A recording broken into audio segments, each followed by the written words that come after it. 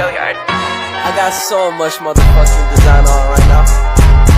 Break it down, bring it back, make it clap. I got 3 old thoughts, new block, where that day. Bitches on my line, and you know they come straight. Hold up, what it not, 45, scope it cash like whoa. How you fucking with these hoes up? Assalamualaikum warahmatullahi wabarakatuh. Perkenalkan, nama saya Hendrawati Matoan, semester 3 Pendidikan Agama Islam. Pada kesempatan ini, saya akan membahas mata kuliah Filsafat Islam yang berjudul Pemikiran Filsafat Ibnu Bajjah. Langsung saja kita masuk pada biodata Ibnu Bajjah. Ibnu Bajjah adalah filosof Muslim yang pertama dan utama dalam sejarah kefilsafatan di Andalus. Nama lengkapnya adalah Abu Bakar Muhammad Ibnu Yahya al-Sa'id, atau lebih terkenal dengan nama Ibnu Bajjah. Orang Barat menyebutnya dengan nama Avompeche. Ia dilahirkan di Saragossa, Spanyol, pada akhir abad 5 Hijriah atau abad ke-11 Masehi. Riwayat hidupnya tidak rinci diketahui orang, begitu juga mengenai pendidikan yang ditempuhnya dan guru yang mengasuhnya tidak terdapat informasi jelas. Menurut beberapa literatur, Ibnu Bajjah bukan seorang filosofi tetapi dia juga seorang saintis yang dapat menguasai beberapa disiplin ilmu pengetahuan seperti astronomi, fisika, musikus, dan matematika. Fakta ini dapat diterima karena pada masa itu, masa filsafat Yunani, belum terjadi pemisahan dalam suatu buku antara saintis dan filsafat, sehingga seseorang yang mempelajari salah satunya terpaksa bersentuhan dengan yang lain. Ia juga aktif dalam dunia politik. Mungkin itu saja biodata dari Ibnu Bajjah. Langsung saja kita masuk ke pemikiran filsafat Ibnu Bajjah. Pemikiran filsafat Ibnu Bajjah ada 7. Yang pertama yaitu metafisika atau ketuhanan. Menurut Ibnu Bajjah, segala yang ada atau mewujud terbagi dua, yang bergerak dan tidak bergerak. Yang bergerak adalah jisim atau materi yang sifatnya finiti atau terbatas. Gerak terjadi perbuatan yang menggerakkan terhadap yang digerakkan. Gerakan ini digerakkan oleh gerakan lain. Yang akhir rentetan, gerakan ini digerakkan oleh penggerak yang tidak bergerak. Dalam arti penggerak yang tidak berubah, yang berbeda dengan jisim atau materi. Penggerak ini bersifat azali. Gerak jisim mustahil timbul dari substansinya sendiri sebab ia terbatas. Oleh karena itu, gerakan ini mesti berasal dari gerakan yang infinity atau tidak terbatas, yang oleh Ibnu Bajjah disebut akal. Kesimpulannya, gerakan alam ini, jisim terbatas digerakkan oleh akal, bukan berarti berasal dari substansinya sendiri. Sedangkan yang tidak bergerak adalah akal. Ia menggerakkan alam ini dan ia sendiri tidak bergerak. Akal inilah yang disebut dengan Allah Subhanahu wa taala.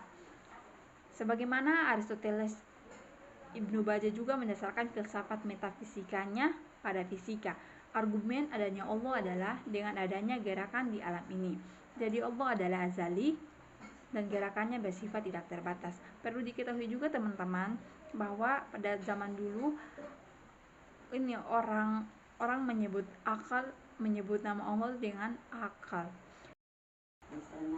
Berikutnya pemikiran filsafat Ibnu Bajjah yang kedua yaitu materi dan bentuk. Menurut pandangan Ibnu Bajjah, materi atau al-hayula tidak mungkin bereksistensi tanpa bentuk atau al-surat. Sementara itu, bentuk bisa bereksistensi dengan sendirinya tanpa materi. Pandangan Ibnu Bajjah diwarnai oleh pemikiran Aristoteles dan Plato. Adapun bentuk yang dimaksud dengan Ibnu Bajjah mencakup arti, jiwa, makan, dan konsep. Bentuk hanya dapat ditangkap dengan akal dan tidak bisa ditangkap dengan panca indera.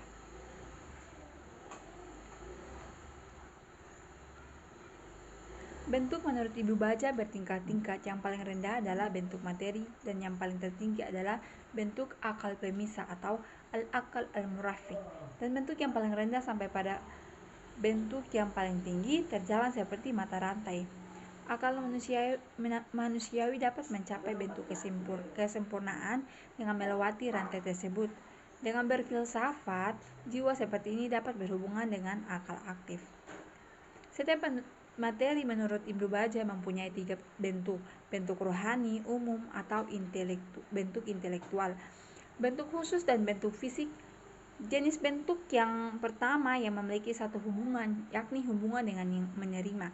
Jenis bentuk kedua atau khusus mempunyai dua hubungan, satu hubungan khusus dengan yang berakal, sehat, dan yang satu lagi berhubungan umum dengan yang terasa dengan terasa. Jenis bentuk yang ketiga ialah bentuk yang bereksistensi pada materi. Contoh, kita ingat bentuk Ka'bah, yang kita ingat sama dengan bentuk Ka'bah yang nyata. Kalau Ka'bah tersebut berada depan mata, ini dinamakan bentuk rohani umum. Bentuk ini juga mempunyai hubungan dengan wujud umum yang terasa, sebab banyak orang yang melihat Ka'bah ini dinamakan bentuk khusus. Sedangkan bentuk fisik yaitu Ka'bah itu benar. Pemikiran filsafat Ibnu Bajjah yang ketiga yaitu jiwa. Menurut pendapat Ibnu Bajjah, setiap manusia mempunyai satu jiwa. Jiwa ini tidak mengalami perubahan sebagaimana jasmani. Jiwa adalah penggerak bagi manusia.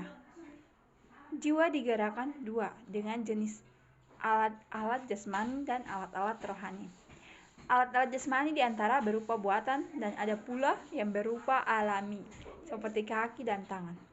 Alat-alat alami ini lebih dahulu daripada alat-alat buatan, yang disebut juga Ibnu Bajjah dengan pendorong naluri atau insting. Ia berada pada setiap makhluk yang berdarah. Jiwa menurut Ibnu Bajjah adalah jauhar rohani, akan kekal setelah mati di akhirat. Jiwalah yang akan menerima pembalasan, baik balasan yang kesenangan atau surga maupun balasan siksaan atau neraka. Akal daya berpikir bagi setiap yang berakal, ia dapat bersatu dengan akal fa'al yang di atasnya dengan jalan ma'rifat. Filsafat Ibnu Bajjah tentang jiwa pada prinsipnya didasarkan pada filsafat Al-Farabi dan Ibnu Sina.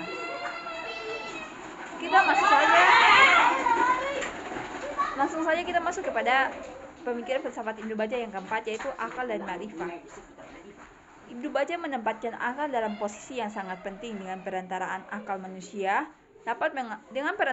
manusia dapat mengetahui segala sesuatu, termasuk mencapai segala kebahagiaan dan masalah ilahiyat. Akal menurut Ibnu Bajjah terdiri dari dua jenis, yaitu akal teoritis dan akal praktis. Akal teoritis. Akal ini diperoleh hanya dapat berdasarkan pemahaman terhadap sesuatu yang konkret atau abstrak. Yang kedua yaitu akal praktis.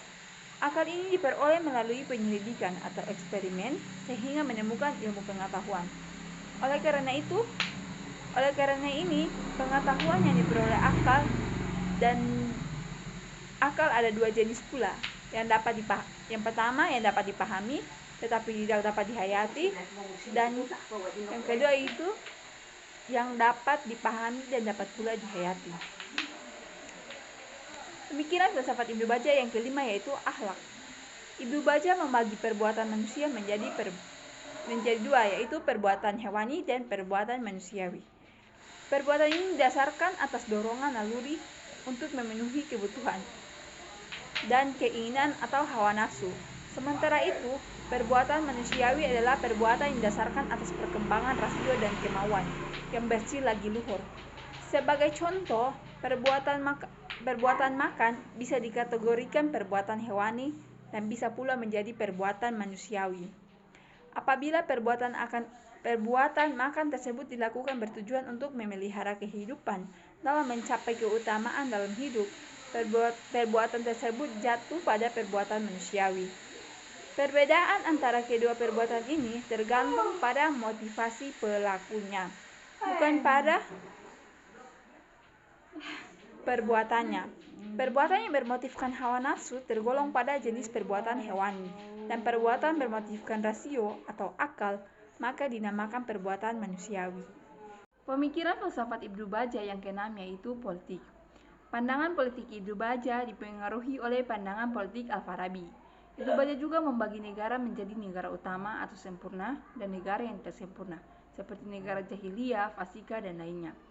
Demikian juga hal-hal yang lain seperti persyaratan kepala negara dan tugas-tugasnya selain mengatur negara, juga pengajar dan pendidik. Pendapat Ibnu Bajjah sejalan dengan Al-Farabi.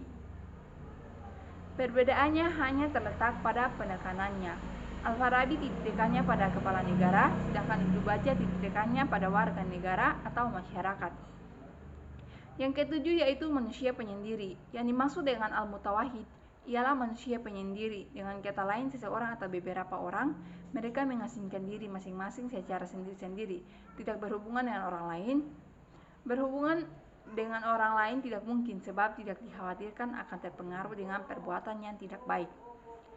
Sementara itu, al-mutawahhid yang dimaksudkan Ibnu Bajjah ialah seorang atau beberapa orang filosof hidup pada salah satu negara yang tidak sempurna.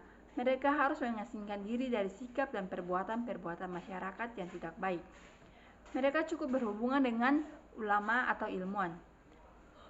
Mereka harus mengasingkan diri secara total dalam arti tidak berhubungan sama sekali dengan masyarakat, kecuali dalam hal-hal yang tidak dapat dihindarkan, sekedar keperluan atau kebutuhan. Apabila para filosof tidak melakukan hal demikian, mereka tidak akan mungkin dapat berhubungan dengan akal faal, karena pemikiran mereka akan merosot dan tidak akan pernah mencapai tingkat akal mustafad, yakni akal yang berhubungan dengan akal faal. Itulah sebabnya Ibnu Bajjah menyamakan manusia penyendiri bagaikan tumbuhan. Jika tidak menyendiri dalam menghadapi kondisi seperti itu, ia akan layu. Artinya, pemikiran filsafatnya mengalami kemunduran. Jika ini terjadi, filosof dimaksud tidak akan pernah mencapai kebahagiaan sa'adah. Mungkin itu saja yang bisa dapat saya sampaikan, kurang dan lebihnya saya mohon maaf. Akhir kata, wassalamualaikum warahmatullahi wabarakatuh.